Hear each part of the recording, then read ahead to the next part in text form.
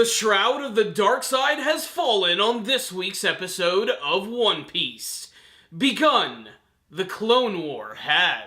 This week's episode of One Piece was pretty damn spectacular, to be perfectly honest. There were a lot of really great things going on, like Carrot and Chopper, who are continuing to make their way through the mirror world while trying to dodge the creepy advances of Brûlé the Mirror Witch. You also have Luffy is still continuing to battle against Cracker, and it's not so much a battle as it is Luffy just taking a nap and trying to regain his strength so that he'll be able to use the Gear 4th abilities again, while Nami, King Bomb, and the other homies run through the seducing woods and try everything in their power to not get their asses chopped in half by Cracker. By the way, I don't know why it never dawned on me before, but Cracker's true form is a pun on the fact that yes, he does use Cracker's biscuits and cookies, but also his haircut are just like firecrackers. Stick that in your pipe and smoke it. The best thing about this week's episode, however, is definitely all of the scenes with Sanji and his very freaky brothers and the rest of Germa 66. Now, I have a lot of really weird and creepy shit in my basement,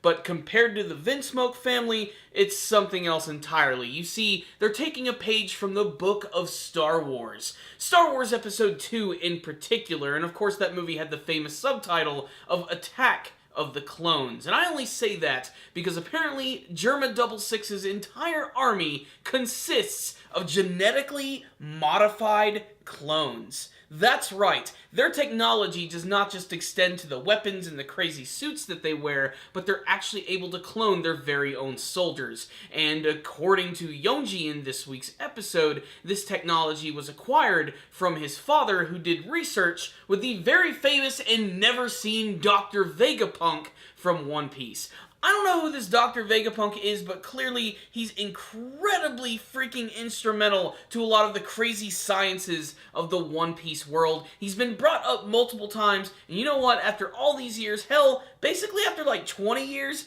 I'm ready to see who this crazy mad doctor is. I mean, is he gonna be like Dr. Robotnik, Dr. Wily? Is he gonna have a dash of Frankenstein mixed in there? What's the deal with this creepy guy, and what is his overall motive?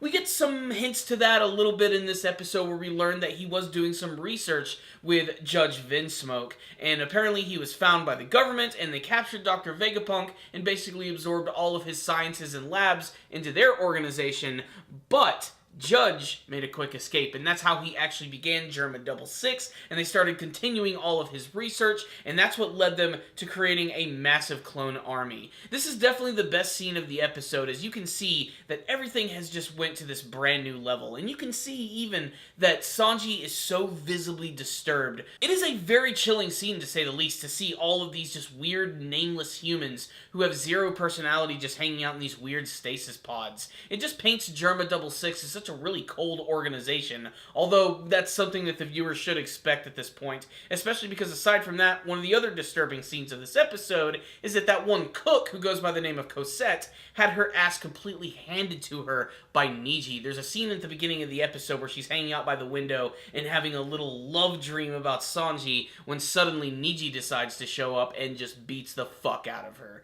It's very disturbing and almost a little too realistic for the show, as they don't even really want to show you too much of the damage that was actually done to Cosette during this scene, but frankly, it's just kind of fucked up, and Sanji is just pissed.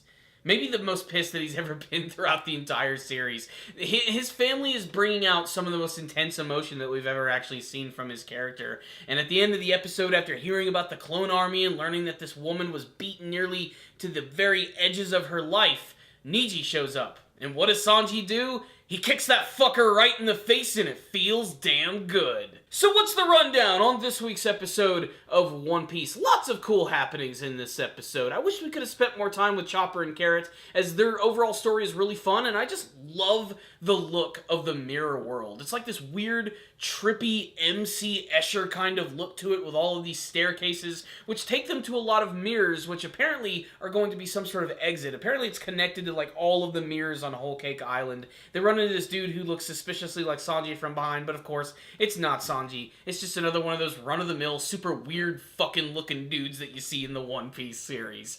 Then there's the whole scene with Luffy and Nami running away from Cracker. It's basically just more of the same. However, I do love the scene of Cracker, his actual true form, walking through the woods, because you get this great shot from above the seducing woods, like from the sky, and you get to see that every single time he like makes a step, he releases all of his energy, and it just destroys everything in this little vortex. It's fucking awesome, and frankly, I can't wait to see more of his battle with Luffy, although basically we're building up to it a little bit more in this episode right here.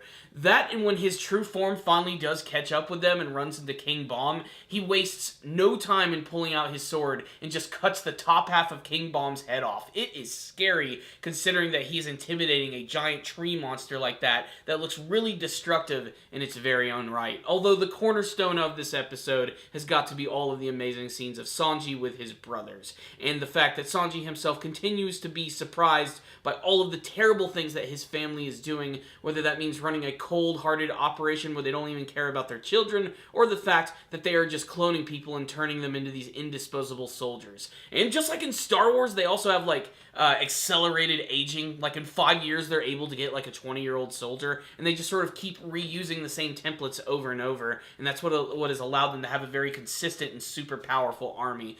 Germa 66 is just like a giant organization of mad scientists with lots of crazy powers, and I think there's going to be a lot of promise for entertainment value from the future, but they certainly have painted themselves as some of the most cold and malicious villains that we've seen from the series, and it just makes you want to sympathize with Sanji and help him out so desperately.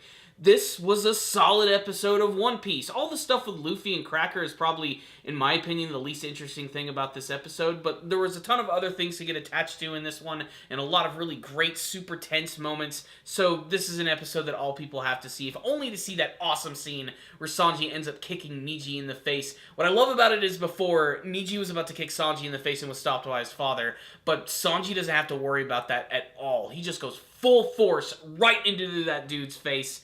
It's satisfying as hell. And this was a pretty satisfying episode, if a little slow at times and a tad repetitive, but still a solid addition nonetheless, which is why I'm going to give this episode a 4 out of 5. Check it out, One Piece fans. Make sure to tell me what you thought about this episode in the comments section below. Did you like the action, the comedy, all of the tense moments, learning about the Germa 66 army? What do you think is going to happen in the next episode as Niji picks up his freaking face off the floor after Sanji just rocked it with his foot? And what do you want to see from the rest of the Whole Cake Island arc? Please tell me in the comments section. Thank you all for watching this review. Make sure to subscribe to the channel for more things anime review and One Piece related. Make sure to use your devil fruit power and smack that like button. Give this video a thumbs up and share it with all your friends. Thank you all so much for watching this review. I'll see you guys next time, and as always, stay dandy, baby.